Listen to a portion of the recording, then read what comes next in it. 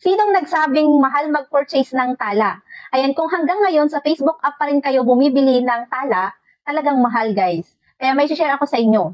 Kung gusto nyong makamura ng tala na halos kalahati lang yung presyo, sa Chrome kayo mag-open ng Facebook nyo at doon kayo mag-purchase ng tala. Ang laki ng agwat ng presyo nila guys. Kaya kung ako sa inyo, sundan nyo na to. Hanapin nyo lang guys yung Chrome app nyo and then type nyo yung facebook.com. Sundan nyo lang to guys.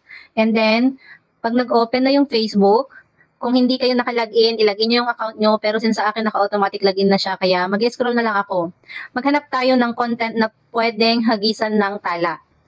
Para doon natin makikita yung pagpo-purchase ng tala. Ayan, scroll lang, hanap tayo ng may tala. Usually, guys, yung Reels, di ba? Reels ang may tala. Pero may mga big content creators na kahit picture lang is may tala. Kagaya ni Idol Ramlin, ayan. Pagka pinindot nyo sa comment section, makikita nyo yung tala doon. Pindutin yung tala. Pero since sa akin, hindi siya nagpapakita nakagilid, pindutin nyo lang yung 3 dots sa taas para lumabas yung settings. Pindutin yung settings and then punta tayo doon sa desktop site. Ayan, naka-on siya and then hanapin nyo yung always request mobile site. Ayan, yung sa may Facebook. And then back. I-close natin yan para mag-refresh. Ayan.